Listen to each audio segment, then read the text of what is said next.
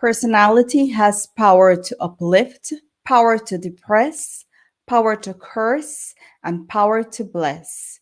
Paul P. Harris. Welcome to the Guyana Dialogue. We do apologize for the late start. I'm your hostess, Shamiza Ali. Good evening to everyone joining us on Facebook and on YouTube. All the best to our kids for the new school year. Tonight, our discussion will be on local content and oil revenue, plus the future prospect for gold, bauxite, manganese, and forestry. The Guyana Dialogue is being sponsored by a coordinating council of Guyanese based in the US, UK, Canada, Guyana, and the Caribbean. Funding support is by well-known philanthropist Dave Narayan from Dave West Indian Imports. Please welcome our moderators for tonight, Dr. Tara Singh, Mr. Shrat Kuplal, and Mahendra Hariraj. Welcome, everyone. Good evening to you. Mahendra, welcome. How are you? I'm good. Good evening, everyone. Good evening. He was born in Berbice, Region 6, and attended the New Amsterdam Multilateral Secondary School. His academic achievements includes a bachelor's degree in computer science from the University of Guyana. Most noteworthy, Minister Bharrat has been an educator, mentor, and entrepreneur for over 15 years. His professional life commenced with him serving in the capacity of technical officer at the Ministry of Local Government and the Ministry of Health. He also held the post of project manager with the United Nations Development Program. He has been with the People's Progressive Party since he was a teenager, having joined the Progressive Youth Organization at the age of 14, resulting in his unwavering commitment and services to his people. Please welcome the Minister of Natural Resources, the Honorable Vickram Bharrat. Good evening and welcome, Minister. How are you this evening?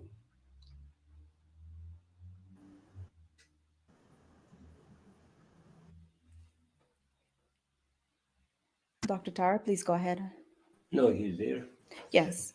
He's hearing us. Hello, Minister. Good evening. How are you? Are you hearing me? It Please. doesn't look so. We're having a few technical difficulties. Hello. Minister Bharrat, can you hear us? I'll see if you can hear him. The audio on? Yeah, everything is there. In the meantime, while we try to resume the program with him, Dr. Tara, is there something you'd like to add to the program tonight? Well, first of all, I'd like to extend to the British people our deepest sympathy in the passing of Queen Elizabeth II, who died today. She visited Guyana in 1966, I think was in February, as Queen of Guyana and the Commonwealth then. She was on a 2-day tour. Then again, she went there with her husband, Prince Philip, in 1994 as head of the Commonwealth. So it's a very sad moment for the people of Britain and beyond. So on behalf of the Guyana Dialogue, on behalf of our community here in New York, we want to extend our deepest sympathy and condolence to the family of the royal family and all the friends and colleagues, etc. Thank you, Dr. Tara. All right, and now we will welcome the Honorable Vickram Bharrat back to our program. Thank you, Shamiza. Let me apologize for the little technical glitches that we're having. The connectivity seems to be a bit of a problem. But let me say good evening to all our listeners, viewers. Thank you for having me on the show. It's always a good opportunity for us to highlight what is happening in Guyana to our diaspora and all those who are interested in what is happening locally. And also, I want to commend you guys for taking this initiative of ensuring that you highlight the developments and the progress that is taking place in Guyana, even though you're not here anymore. but I know your heart is still in Guyana, I can tell. So thank you for having me on the program. You're welcome. You said it perfectly. That's exactly what we do here at the Guyana Dialogue. Dr. Tyra? Hello, Minister. Welcome. I know I've been communicating with you, but we never met formally. We met through WhatsApp and other forms of communication. This evening, we're going to ask you to focus on, I know you have a wide area of responsibility, so we'll ask you to focus, to narrow down to 4 areas. And I believe all are important, but I think we want to start off. There's a lot of uneasiness about the oil contract, where the government should negotiate or renegotiate. I know when the vice president was here, he was saying that's not on the card to renegotiate because of several reasons. But people are still pressing. What's the current situation? Is there any likelihood that you'll renegotiate the Exxon contract?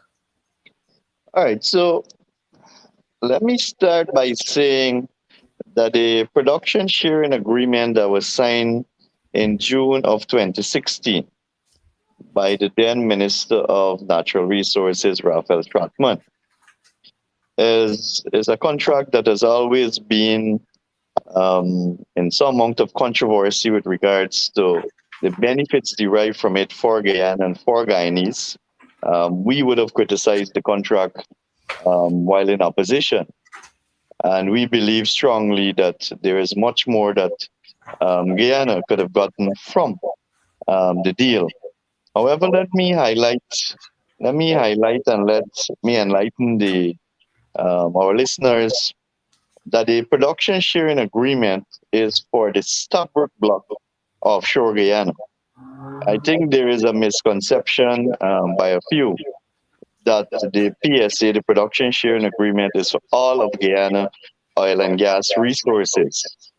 Now we have 9 offshore blocks, of which Stabroek is one of those blocks. Stabroek, there is Orinduik, Kunuku, Borbees, Demerara, Quarantine, the Roraima block, and there is the block C.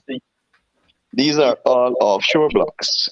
Of course, some of them have different operators to Exxon. For example, in the Kunuku block, Repsol is the operator, and the Orinduik block, Tullow is the operator. In the Quarantine block, for example, where we had a discovery early in the year, CGX is the operator. But the production sharing agreement relates directly to the Stabroek block because that is the only oil block that is producing, that we are producing from. Hence, a production sharing agreement. The other blocks are covered by an exploration license. So I just wanted to make the point that the agreement is only for the Stabroek block and not all the blocks offshore. Having said that, and I think you would have mentioned it, that Vice President who has overall responsibility for oil and gas and finance in Guyana, I would have mentioned on several occasions, as well as His Excellency President Ali, that the government will not renegotiate the contract, but we are going to ensure that future production sharing agreement is modeled in such a way that Guyana benefits way more than we're benefiting now from the Stabroek agreement. That is, when other blocks go into agreement, for example, the Quarantine block or the Kunuku block goes into production, then we will have to negotiate a new production sharing agreement for those blocks. And we made a promise that when we meet to that situation, that we are going to ensure that we have a model PSA. A model PSA meaning that it must mirror the fiscal benefits that other oil producing countries are enjoying from their oil resources, that we will model the PSA in such a way that we will have additional benefits from it. Having said that, we also promise that we're going to ensure that we find ways to maximize benefits from the oil production in the Stabroek block. And one such way is by way of the local content legislation, by bringing opportunities to Guyanese and Guyanese businesses through direct employment or through the provision of goods and services. Now, we are one of the newest oil producing nation in the world. We are a small developing country, a population of less than 1 million people. We discovered oil in 2015. We started producing in 2019. Today we're producing at over 350,000 barrels per day.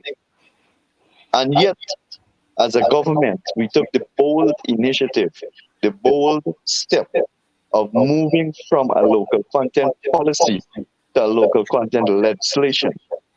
Now, there are many oil producing countries around the world that have been producing oil for decades and have never taken the step to move to local content legislation. Most of them, if you look at it around the world, they have a local content policy in place, but not a legislation. We took that added step in consultation with the operators, with the oil companies, with the private sector, with the Guyanese people, and we passed that bill in the National Assembly in December of 2021. And now we have a functioning local content secretariat that is ensuring that Guyanese benefit through employment, Guyanese benefit through the provision of goods and services.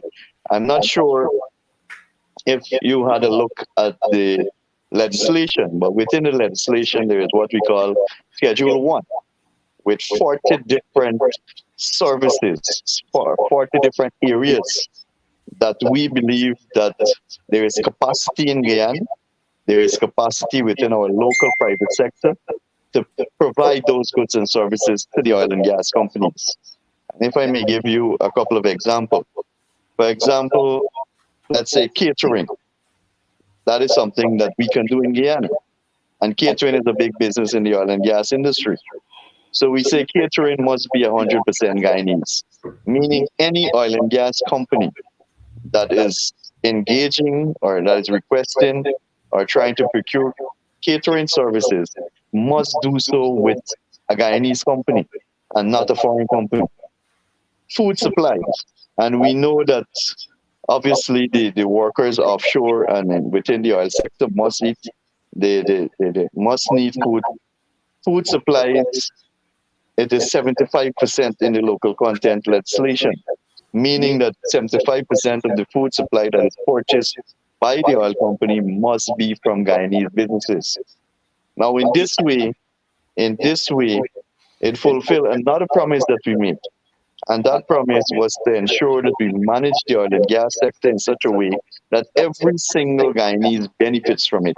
Whether you're a welder, whether you're a taxi driver, whether you're a farming black bush folder, whether you're doing catering services, whether you do waste disposal, or whichever service that you're offering, that you have a role to play also in the development of the oil and gas industry. And that is what the local content legislation is doing for Guyana. And if you take a feedback from the local private sector in Guyana, or the Georgetown Chamber of Commerce, or the average business force in Guyana, they will tell you that most of the foreign companies coming to Guyana to invest now are looking for local partners. They're looking to partner with local Guyanese businesses. And that is a step in the right direction. That is definitely a step in the right direction to ensure that opportunities from this new sector is passed on to Guyanese and Guyanese businesses. So that is one promise that we would have fulfilled to ensure that more benefits come to Guyanese from that agreement. The second thing that we did and what we promised is to ensure that we manage the oil and gas sector in a transparent and accountable manner. Because we know, you know, that oil can be a blessing or it can be a curse to a country, depending on how you manage the resources and the revenue that flow from that resource. And that is why we took the step to amend or to change the Natural Resources Fund Act. And I think a lot of people could recall the issue that we had in Parliament on the night of the 29th of December 2021, when the opposition created a havoc in the National Assembly just because they didn't want us to pass the Natural Resource Fund Act. And that was a deliberate ploy by the opposition then to ensure that we don't have access to the oil funds, so that we don't use the money to better people's lives. So that was the whole idea behind creating that havoc in Parliament that night. And it was nothing to do with transparency and accountability, because the changes that were made to the Natural Resource Fund Act, it was made to strengthen the accountability and transparency aspect of managing the oil resources in Guyana. In the past, the Minister of Finance could have decided how much money flow from the Natural Resource Fund into the national budget.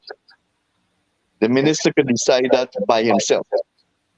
Now, in that act, there is a formula that anyone can look at. It is simple and straightforward, and you can know how much money from the Natural Resource Fund will flow to the budget in 2022, how much will flow in 2023, and so on. In that act also, it speaks to the Minister of Finance having to publicly declare any revenue that comes in from the oil and gas sector, to prevent what happened under the APNU AFC with the signing bonus. And I'm sure a lot of people remember the 18 million US dollars signing bonus that was received by the APNU AFC. And it was never disclosed to the Guyanese people. It was never mentioned in the National Assembly. It was not moved into the consolidated fund and hence the budget. When we asked, the then Minister of Finance said that there is no signing bonus. And then after we put a lot of pressure on them in Parliament and outside of Parliament, then he said that he thought it was a gift. Now, who will gift you 18 million US dollars? Then eventually they agreed, they accepted that they received 18 million signing bonus and that the money is in a special account in the US. And it was never transferred into the consolidated fund. So that is what we are strengthening in the new Natural Resource Fund Act, which speaks to the Minister of Finance must gazette or must declare in the National Assembly all oil proceeds, all money that flow from the oil and gas sector into the Natural Resources Fund. Otherwise, the minister can go to jail for 10 years. And then it is simple. Once we gazette every single revenue collection from oil and gas, it means that anyone, any part of the world can just go online and check the monthly gazette for the country, and then you can total that among them, and you will know how much money we collected from the sale of crude for a given year, and how much royalty was paid into the NRF for a given year, because every single collection must be gazetted by law. So when we speak about transparency, accountability, that is why we made those changes to the Natural Resources Fund Act. And then the Natural Resources Fund Act speaks clearly as to how money can flow from the fund into the consolidated fund or into the national budget. And we know that once money flows from the Natural Resource Fund into the budget must be approved by the National Assembly. So there is parliamentary oversight of the spending of oil revenue and all revenue, as a matter of fact, because the money flows into the budget goes to Parliament, it is debated for an entire week. The opposition is given an additional week to question every single minister, including myself, on spendings, on budgetary allocation, and on any other relevant issue within the confines of that budget in terms of revenue and expenditure. They're given an entire week to do so. Additionally, the Auditor General obviously will have to monitor the spending of oil and gas revenue and our revenue, as a matter of fact. Our next layer of protection is the Public Accounts Committee. The Public Accounts Committee, which is chaired by the opposition, will have another opportunity again to scrutinize the expenditure of the country and money flowing from the Natural Resources Fund into the national budget and being spent on the people of Guyana. Also, Another promise that we made, and I think I made brief mention of it, is that we promise to use the oil revenue in a manner that every single Guyanese will benefit from it, regardless if you live in the Rupununi, if you live in Linden, if you live in Quarantine, if you live in Northwest, because there is a perception that only the people who live on the coast, or more so, only the people who live in Region 4, Georgetown, will benefit from oil revenue. Well, we want to dispel that notion and we want to recommit. Actually, it's in our manifesto too, that we are going to use the revenue to benefit every single Guyanese. And when I say every single Guyanese, I mean that literally, and not a section of the population or a particular region in the country. Now, how are we going to do that? And we have started this already. We have started this already. We have said that there are some key priority areas that we will use oil revenue to ensure that we spend it in those areas which will benefit our people. And one of those priority areas is education. And you would agree with me that education is the key to develop any country. You look at all the developing countries in the world, most of the population is either high school graduates or university graduates, tertiary education. We need to move to that if we want to be a developed country. We need to have an educated population. We need to stop this dependency on consultancies and expats coming in to do jobs and do work for us. We have to make use of our own human resource in our country. And the only way that is going to happen is that we have to invest in our people. We have to invest in our people. And that is why we are partnering again with Exxon to develop what we call the Guyana Technical Training College at Port Moran, Berbice. Some of you will know that it was called back in the days the Gaisuku Training School. That will be converted and expanded. And it will be called the Guyana Technical Training College, where we will have training targeted for the oil and gas sector, but not limited to the oil and gas sector only. Will also have training for the service sector and a few other areas. But we are investing heavily on that to ensure that our young people will be able to gain direct employment in the oil and gas sector. Only 2 weeks ago, myself, I was privileged enough to accompany His Excellency President Ali to the FPSO on one of the drill ship offshore Guyana. And what we found on both vessels is that we have close to 30% or a little over 30% Guyanese working on those vessels already because of the investment that we are making in training and in certification and in educating our people. And that is something that we want to build on and improve on. We want that when we visit another year or two from now, it can be 60%, it can be 70% Guyanese workforce. And when I say Guyanese workforce, I don't mean cleaners and laborers. But we need to train our people to work in the technical fields too. And that is what we're committed to as a country. And it's not only at the technical level. We have restarted, and I'm sure you're following what is happening in Guyana. We have restarted the cash grant program for every single school child in this country. It is something that we started before 2015 election, where we give $10,000 to every school child in this country.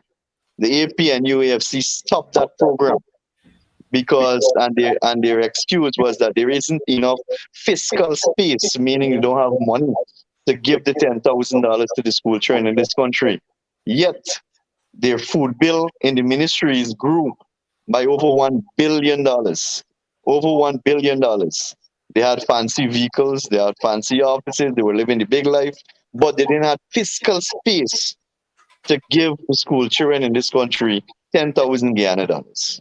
And we made a promise that once we get back into government, we are not only reinstating the cash grant, but we are going to increase it. And we did so. We fulfilled that promise. 1 month after coming into government, we reinstated the cash grant and we increased it from $10,000 to $15,000. In 2022, we increased it by another $10,000 from $15,000 to $25,000, and the uniform allowance from $1,500 to $5,000. So this year, 2022, every single school child in Guyana, over 200,000 school children in Guyana, each one of them received 30,000 Guyana dollars. Every single school child in the public schools as well as the private school system. And when I say every single school children, because there is this nasty, this nasty tactic being used by the opposition, that the PUP government is a racist government, that the PUP government is only looking out for one section of the population, that the PUP government is only providing for its supporters, or if I may be blunt, they're only doing things for Indians in Guyana and we're discriminating against the Afro-Guyanese. Now you tell me, if we are giving every single school child in this country $30,000, where is the discrimination in that? And I say every single school child, whether you live in Linden, whether you live in Buxton, whether you live in the Quarantine, whether you live in the Rupununi, whether you live in the Northwest, every single school child, where is the discrimination in that? And we got to accept the AP and UAFC, they're running scared because of what is happening in the country, because of the massive development that is taking place in Guyana. Guyana is probably in the most exciting period in its history, where it is transforming from what used to be a third world country to a developing country. So they are running scared of what is happening. They know that their chances of regaining power is diminishing by the day, and that their only trump that they have, which I won't really call a trump, but it's useful to them, is playing the race card. It's playing the race card once again. We need to say that, and we as a collective need to say to the AP and UAFC that we are not for that. That we are a united, happy nation where everyone will prosper, where every single Guyanese, and if you follow the track record of the People's Progressive Party, Afro-Guyanese as well as Indo-Guyanese, our indigenous people, everyone would have benefited from something or the other when the People's Progressive Party is in government. I live in a new scheme. I live in Diamond New Scheme. And in Diamond New Scheme, I can tell you that there are Afro-Guyanese there, there are Indo-Guyanese, there are indigenous brothers and sisters there, and we live happy. There is no issue. There is no racial issue in our country. It is just being played up by the opposition because they're clutching at straw. They're clutching at straw. There's nothing else for them to speak on, because in the manner in which the country is going, they will be condemned to be in the opposition for a long, long time. So we will continue. Nevertheless, we will not be distracted. We will continue to ensure that we fulfill the promises made in our manifesto, and we will continue to use the revenue to ensure that we develop every single sector so that every single Guyanese will benefit. And that is why you will notice that when President Ali speak, when Vice President Jack Deo speak, when Prime Minister Phillips speak, or any other minister speak, we always refer to the development of the non-oil sector. And that is key for us, the non-oil sector. We don't want to go down the road as many oil-producing countries have gone down. And we can look around, right around us, neighboring countries. You would see that these countries, we know that the revenue from oil is a lot. A lot of revenue comes in from oil and gas, revenue that you haven't been collecting from other sectors in a country. And what happens with some countries that they neglect their traditional productive sectors for oil and gas. And we have seen in some countries, take for example Trinidad. Trinidad closed down their sugar estates because they were so focused on oil and gas, and they were getting revenue from oil and gas, that they never thought that at some point in time that oil and gas will finish, that it is not a renewable resource. But at the end of the day, we have to ensure that we don't fall victim to that. Venezuela is another example. So that is why we are focusing a lot on the non-oil economy. And we said that we're going to use revenue from oil and gas to grow the non-oil economy. And I mean, you're all Guyanese. You know the potential that we have in Guyana for ecotourism. You know the potential that we have in Guyana to attract tourists from all around the world. We have the British Airways coming to Guyana from next year. We will start attracting tourists from Europe. We already have tourists from Canada, from North America, and other countries. You know the amount of opportunities that comes with tourism, especially ecotourism, which we believe we have a great package. Manufacturing, that is important to ensure that we grow our economy. We need to move to value added. For too long, we have been exporting raw materials. So I often joke and say that we export cherry and orange, and then we buy back orange juice and cherry juice. Right? We've been doing that for decades. It is time that we change that. It is time that we move to value added. Even in my sector, we export raw gold and it's refined outside of Guyana. We export logs, and the logs are converted to wood products and fancy furniture, and we buy it back here.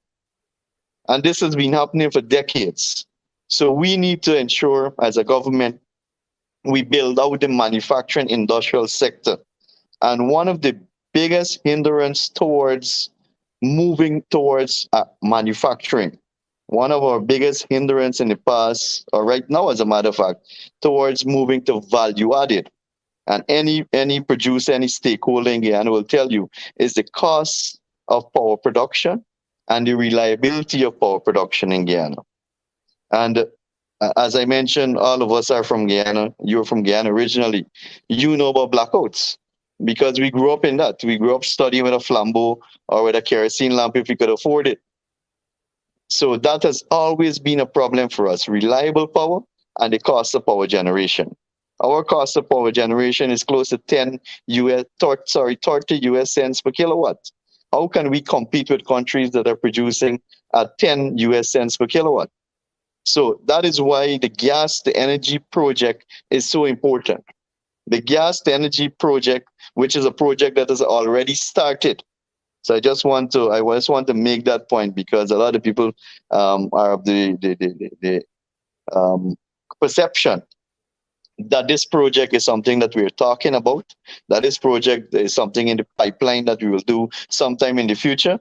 I want to say to you that this project has already started, the gas to energy project, where we will pipe gas, we will run the pipeline from offshore Guyana, from the Liza 1, Liza 2 development, 100 miles offshore Guyana, into the Wales development area, where we're going to build that power plant. And as a matter of fact, in a couple of days from now, we'll be opening the bids for the company that will construct or build the power plant. So in maybe another month or so, we will actually award the contract to the company to start building the power plant. That is how advanced the project has moved, how far the project has moved forward and how advanced it is.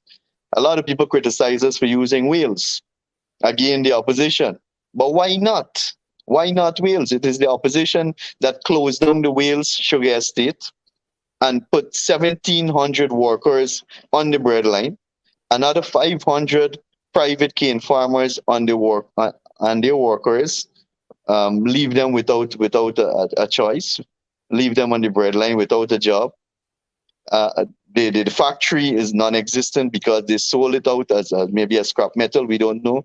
They give out some of the land to some of their friends and cronies to plant coconut, we are told, but there is not a single coconut tree there. So that is why we decided that we are going to take the Wales development area, the power plant, the NGL plant, to the Wales area, because it is an area where people need job. It is an area that needs development. And Region 3, if I may say, is the fastest growing region in Guyana. A lot of people may not know that. It is the fastest growing region in Guyana, especially with regards to development and population. So it is cited there because it is within close proximity to the Demerara River too. The Demerara River is the deepest river for us in Guyana, as you would know. And then some people criticize us because it is beyond the Demerara Harbor Bridge, and that will be an issue for boats going in and out. Well, we have already signed the contract to construct a new 4-lane high-rise Demerara Harbor Bridge, and that work will start very soon.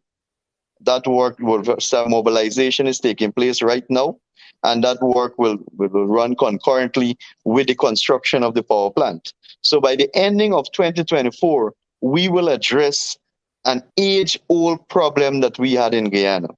We will address a problem that will change. We will we will commission a project that will change the landscape of this country. A project that will change the lives of Guyanese.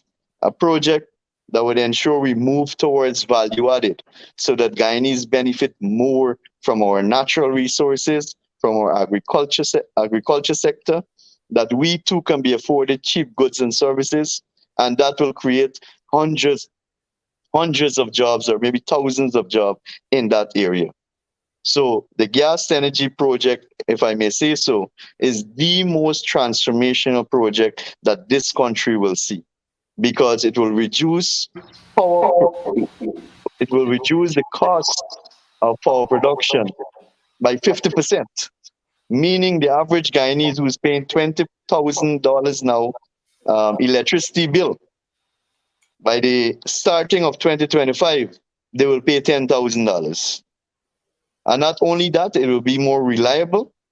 Blackout, as we know it as power outage, will be a thing of the past. And in the whole context of climate change and the effects of climate change and cutting emission, this power plant will cut our emissions significantly, because we are now using HFO's diesel to generate electricity, which is high in emission. The using gas, of course, is a transitional fossil fuel, and that will cut our emission significantly. So these are all benefits that will come from the sector. I know maybe I diverted and moved away a lot from the direct question, but I wanted to expand and to show exactly what is happening in the oil and gas sector and how we are fulfilling our mandate as a government to ensure that we bring additional benefits to Guyanese through the Wales Development Project. Will bring cheaper electricity and create a number of opportunities for businesses and create employment for Guyanese, as well as the management of the oil revenue, and also creating opportunities through the local content legislation. Thank you, Minister, Minister. can I stop you there because we have several questions we want to ask you. To get the context, you have placed it correctly.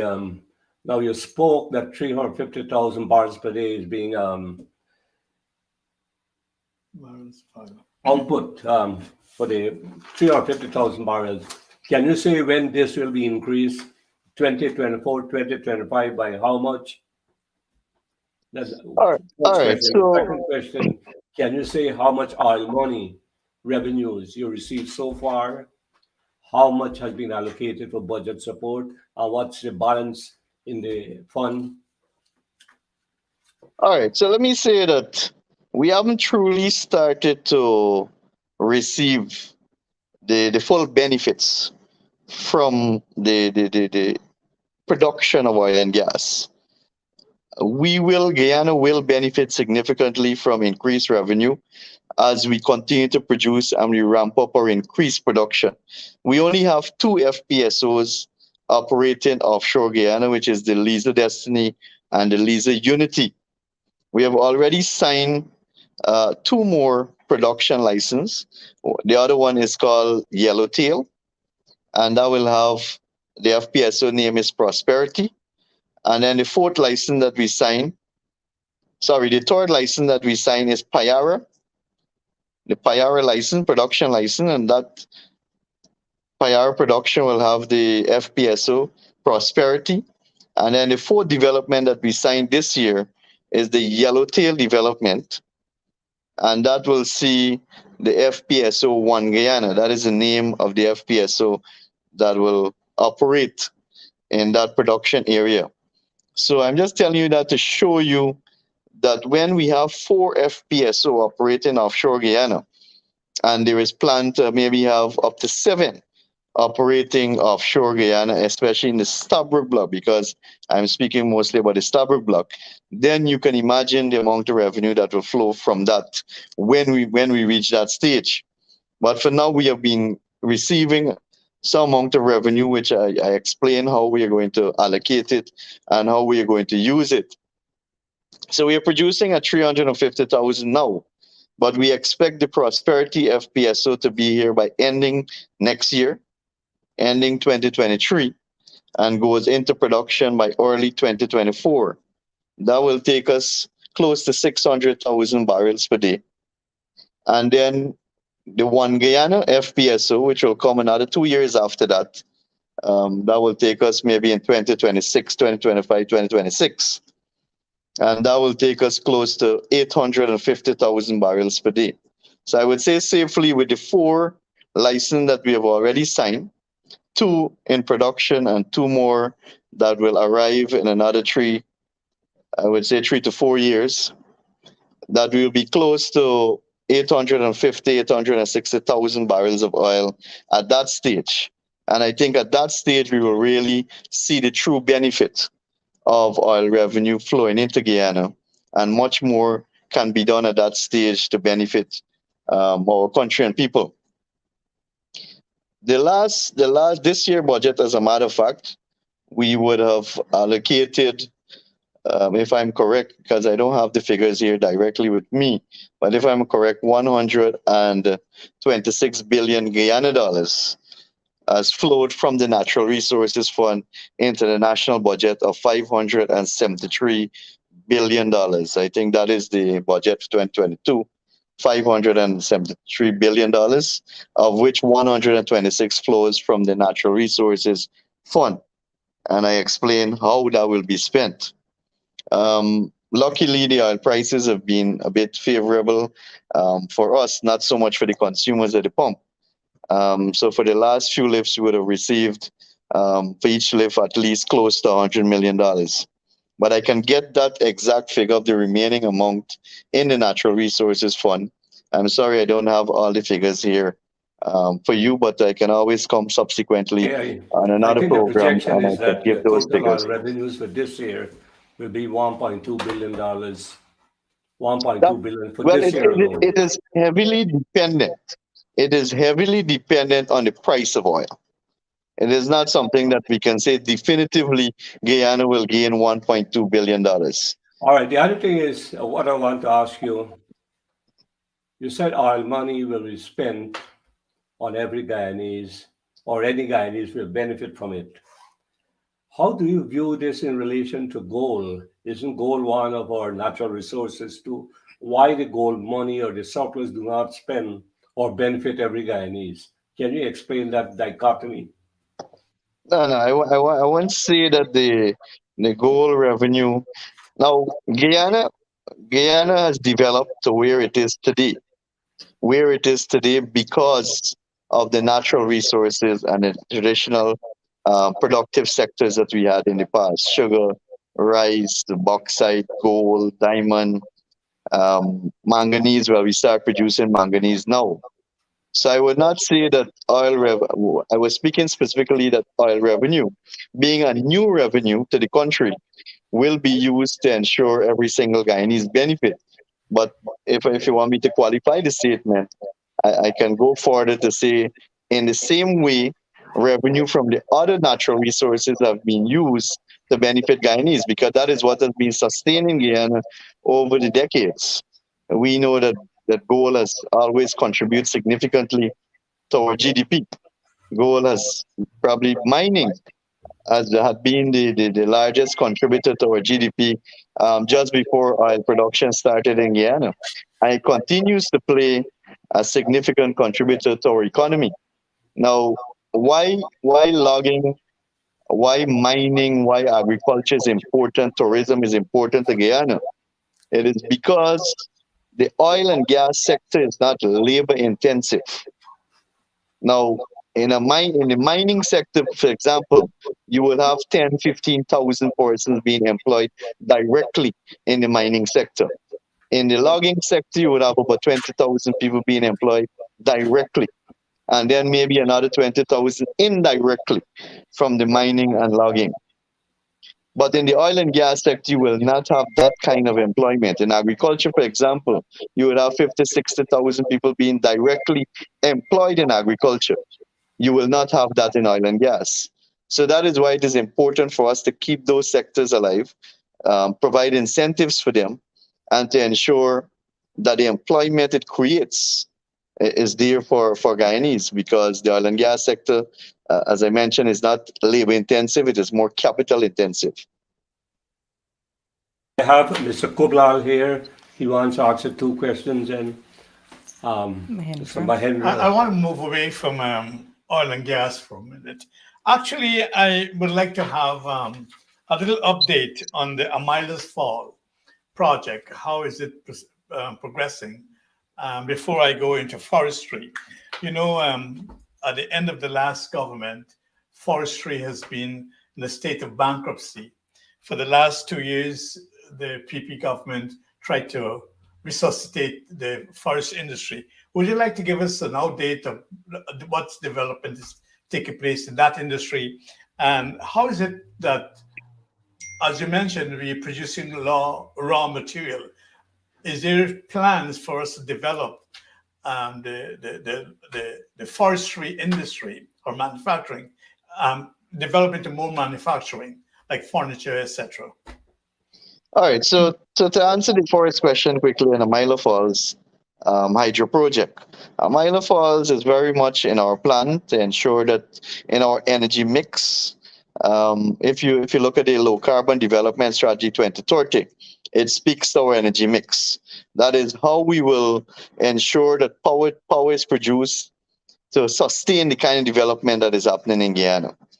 Currently, maybe around peak, we are using 150 megawatts of power in Guyana right now. The gas to energy project will produce 250 megawatts net. Very soon, we will absorb the entire generation from that power plant. So, in our mix or in our plan, is to ensure that we have at least 500 megawatts of power that's available, because we can't tell people go into manufacturing, set up industries, open new hotels, open businesses, open new housing schemes. We have to ensure that we have power too. But we have to ensure we have clean power.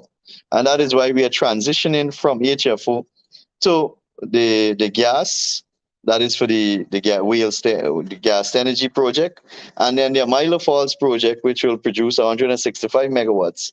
And then we are also doing some mini hydro project in the interior regions, and some solar farms around the country. For example, in Linden, in Borbies, in Essequibo, we will have some solar farms which will add to our energy mix. So the Milo Falls hydro project is still on our cards. It is a project that we will pursue. Unfortunately, when we went out for bids, the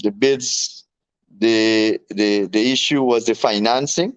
So we made a commitment that we will retender. So that will happen at some point in time, because we have to ensure that whatever we do is transparent and it brings benefit to Guyana too. We can't go into a deal that we know that will not bring benefit to Guyana. And that is why a decision was taken that we will go out back for tender at some point in time. Now, to move to the forestry sector, you're correct. When we took over in August 2020, the Guyana Forestry Commission was bankrupt. The staff, 425 staff members, were not paid for 2 months. The NIS, only a few months ago, we paid off the NIS, $35 million that was owed accumulated during those 5 years. They had owed GRA, they had owed GWI, GPL, the insurance company. So the entire Guyana Forestry Commission was in a mess. It was bankrupt. It was a situation where there was no monitoring around the country. The monitoring capability and resources available to the Guyana Forestry Commission was all depleted, destroyed. Lack of maintenance. There were no vehicle. There were no boat. So it's not only about the money, but there were no resources to do proper forest monitoring. Some of the forest stations were closing down countrywide to monitor what is happening throughout the country. So there was no road, or there was no light where the Guyana Forestry Commission would have revived or recovered under the APNU AFC, because basically it was running to the ground. It was going to the ground. When we took over, they had 2 functioning vehicles in for the entire Guyana Forestry Commission. Today we have more than 20. The Guyana Forestry Commission now, they're able to pay their staff on time. pay their NIS, pay their utilities, and they're managing on their own only 2 years after. Only 2 years after.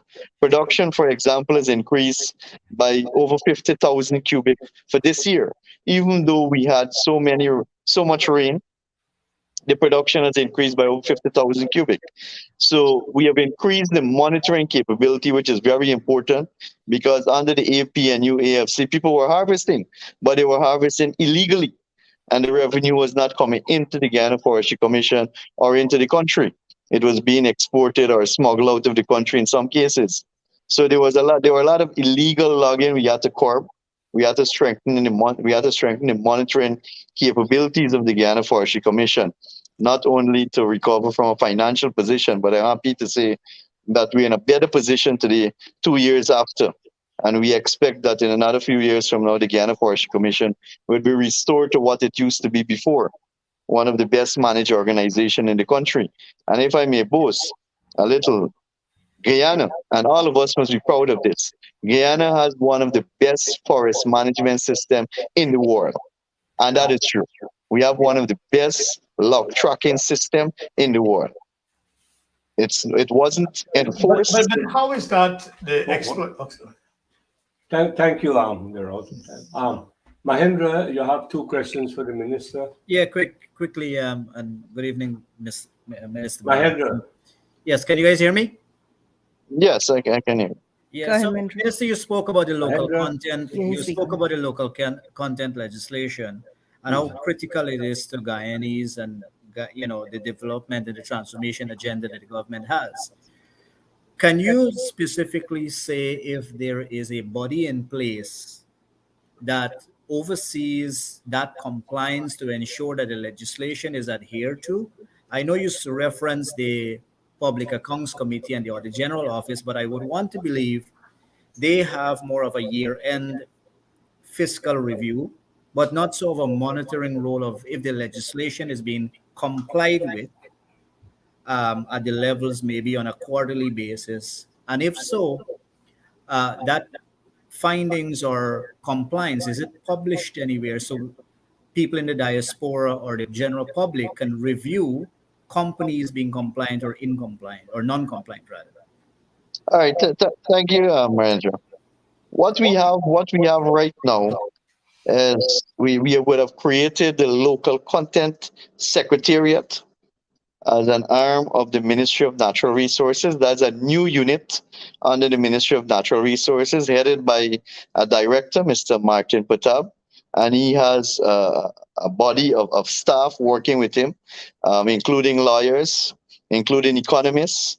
So they are basically responsible for registering local companies, ensuring compliance with the local content law, enforcement.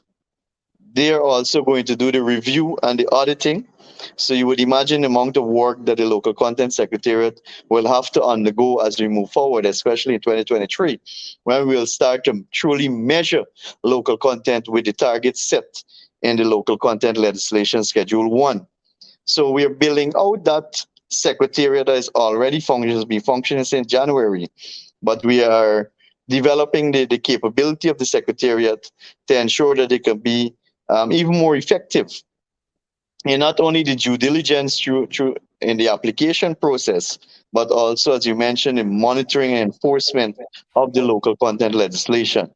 If you look at the local content legislation, there are a number of penalties attached to offenses or breaches by companies to the local content legislation.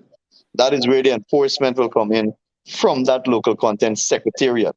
The legislation also speaks to an advisory oversight committee. We have already in the stage of establishing that committee to lend oversight and advise to myself and the local content secretariat. So we are building that out now because I'm sure you'd appreciate that it is a brand new, as we say in Guyana, brand new act, legislation, law, and we had to basically start from zero and to build it out to ensure that we can have capacity to monitor the sector. But monitoring the sector involves understanding the sector too. So you would know that oil and gas is new to all of us in Guyana. Oil and gas is the newest sector for us in Guyana, so it is a learning curve. At the same time, I won't tell you that we have the best functioning or a well-oiled local content secretariat. It is a secretariat that is learning every day, and it's a new area for us too. But we are building capabilities at the same time to do exactly what you would have mentioned. Mahendra, you had a question? Yeah, and my last question is, I'm happy that you referenced the gas to shore for Wales. Being a native of Wales, I think it's a critical project. One of the things I know, there's a lot of media and political pundits circulating this falsehood about the contract and its one-sidedness. And I'm happy you spoke about it at the beginning of the Two or three program. questions from the audience. But We have how one. is it that your ministry is insulating itself against these falsehood and propaganda being peddled in the media?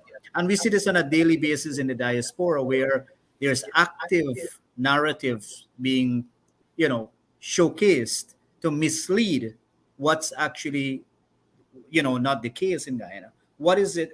What is the active measures are you engaging with to nullify or to, steer away from this falsehood in the media?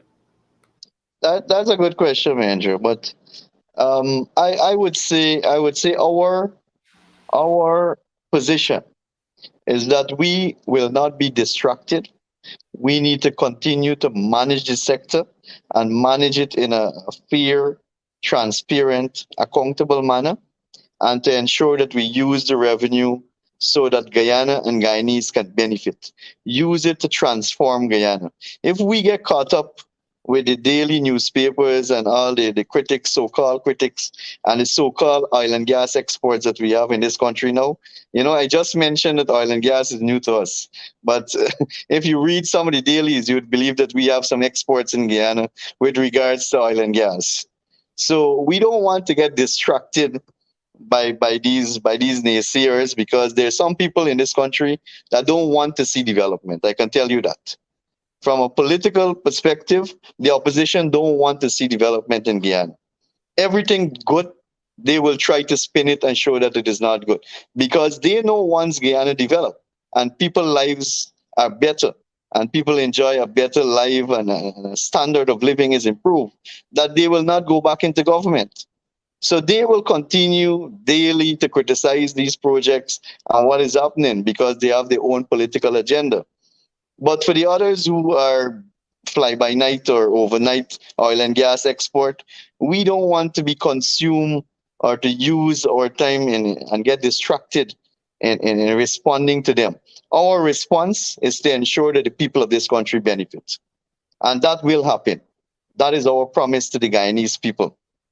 We All will right, work to Minister, ensure. I have a question on bauxite.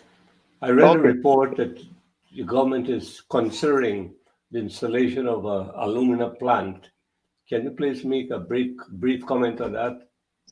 Yeah, well, bauxite, we have two companies that are producing right now. We have the Bauxite and Linden that we kept functioning, even though it was not profitable at one point in time, but just to create employment and to help with the situation in the mining town. And we also have Forest Bauxite, which is operating in the Demerara River, Bonasika area. Unfortunately, I think you know what happened to Russell in 2018, 2019, when the whole situation was mismanaged by AP and UFC, and the blocking of the river and forcing the company out, leading to maybe 1,000 persons losing their job both in the Borbis River and New Amsterdam.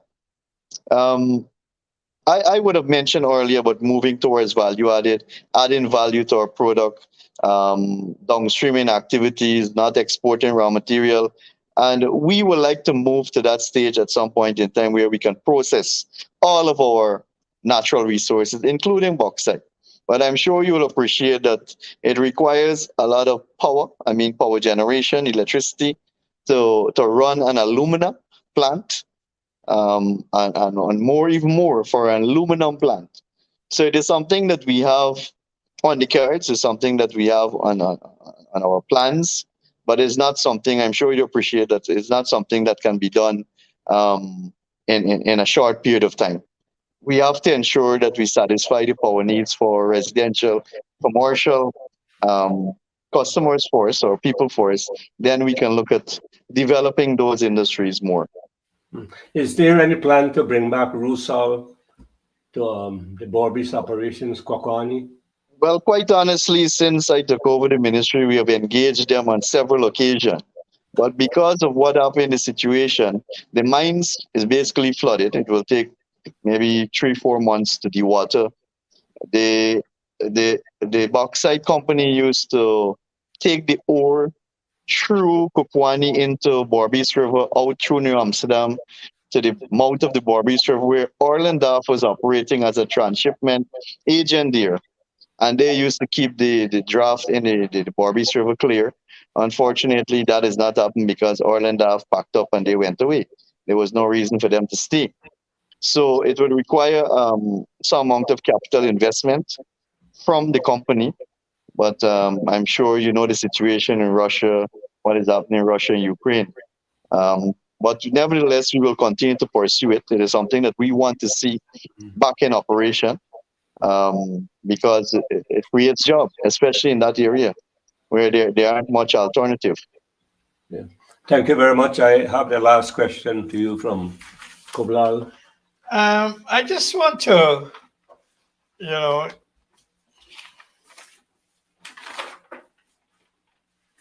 sorry.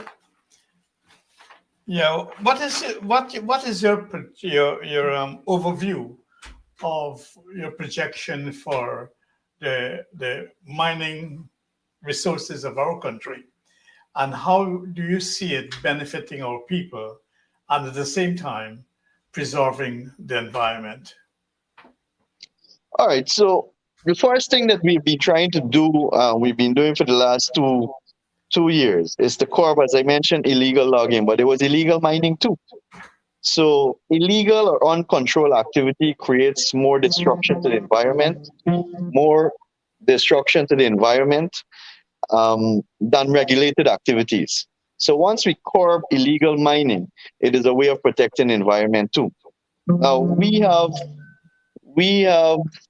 two large-scale mining company in Guyana operating right now. Gold company, that is. We have two bauxite company, two gold company, and one manganese company. We're producing manganese again as a country after almost 60 years. So both companies are actually venturing into underground mining for the first time. We have OMI that is back here doing exploration activities. They made a discovery. We have the Torpara deposit of gold and copper. We have another deposit called the Oko deposit in the Cayuni Mazuruni area, which is quite significant. So these are all resources that can be developed into large scale mining companies. Now, large scale mining companies, if I may say, don't contribute too much to the destruction of the environment because there is no use of mercury and the recovery rate is very high. So we can enforce the reclamation reforestation clause of their agreement because there is no tailings pond that will remain after they would have finished. Because the recovery rate is 92%, as opposed to the cases in the small, medium scale mining where the recovery rate is 35-40%. It is very low. It is something that we've been working with.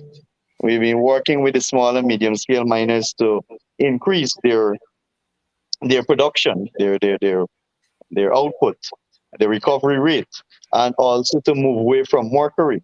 But the thing is that we need to find an alternative to mercury that is affordable and is acceptable and that can improve the recovery rate. Nevertheless, as a regulatory body, we have been trying to do enforcement and to find alternative and to assist the small and medium scale miners so that they can adopt different methods and different technology other than using mercury, because we have to minimize or eliminate as fast as possible the use of mercury, which will add to the protection of the environment, of course. Thank you, Minister. I'll pass you on to our host, Shamiza. Thank you, and we will take a question. Even though it's not what we discussed tonight, we do have a question from Charmin Lal. She says, "Why are residents of Diamond use chemical every day?" That's not his area. I'm sorry. Can you repeat it because I think the Not his area. connection. Ask him. I think. So like I said, the question might not be relevant to you, but if you can, if there's any awareness that you can spread about it. The viewer is asking, why are residents of Diamond New Scheme experiencing water shortage every day? Okay. As you mentioned, it's out of my sector, but nevertheless, I live in Diamond, but I don't want to say that the person who asked the question maybe experiencing it in isolation or maybe is in part and not the entire scheme because I live in Diamond New Scheme and well I don't experience that kind of problem. But if we know the exact area that she's living, maybe you can text me that information. I'll be more than happy to send it to my colleague ministers, Minister Susan, Minister Colin, so that they can look at that particular area because I don't believe it is the entire Diamond New Scheme because I do live in the scheme too. Yeah. Thank you for answering, and I'll definitely send you more information on it from that viewer. So, viewer, please send me your information, the areas to be specific, and I will definitely get it to Minister Bharrat. Minister Bharrat, please go ahead with your closing remarks. All right, so let me say that I'm happy that that we had this discussion. I think it was a discussion that is necessary, especially for people outside of Guyana who need to understand and who need to know what is happening in Guyana. But I always believe the best way to know what is happening in Guyana is to visit. So I hope that you guys will come and you will encourage others. I know Andrew promised to come a while now, so that and you can encourage others to come back home, even if it's just to visit, to see the transformation that is taking place in Guyana right now. I usually come Uh, twice a year and more. yeah, and they say now once you come to Guyana, now you will want to come back all the time. We have CPL in another 2 weeks in Guyana, Carnival in Guyana. So I want to encourage everyone to come home, to visit, to come back and live, to invest. There is room for everyone here. After all, this is home. Yeah. Mahendra, you want to make a concluding remark? Well, I feel it's fitting that we express our gratitude for your time as well, to inform the Guyanese population abroad and farther afield and in Guyana as well. And I think your ministry is very critical to the transformational agenda. And we are so grateful that it's in this critical time and juncture, so many lives will be transformed. And we're happy to always have informed discussions as such. For me, I think I'm biased about Region 3 being from Wales. I think that community is really going to benefit from the Gas to Shore project, and it will transform the livelihoods of many, many folks there. Thank you, Mahendra. And Even though I said, I do see a question, and I think it's important. Again, it might not be in your ministry, but we do have a question from Amanda Rafiq, and she says, Minister, can you say why no local customs brokerage firm is awarded a contract as yet? I'm not sure what Well, contract in regards to what. yeah, I'm not sure either. But Yeah, you can send me that information, I will. and I'll So, be Amanda, happy to pass it on to Minister Ashley Singh yeah, because if you can he give has us some those. clarity as to what contract you're referring to, we will Import and definitely. export. Now import and export. Okay. With that said, guys, I thank all our viewers for tonight's comments and for being here this evening. To our panel, thank you all for being here. Mr. Bharrat, it was an honor to have you here this evening. Thank you for your time. I look forward to seeing you very soon. I know you said once you visit once, you have to keep coming back. And that's true for me. I was there last year. I remember visiting you, and I will see you very soon. So, with that said, good evening, everyone. And until next time, this is the Guyana Dialogue.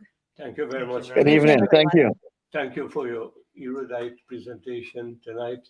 You're on top of the subject, and we are happy that the government has you as the Minister of Natural Resources. You're doing a fantastic job. Thank you very Thank much. you. Appreciate it.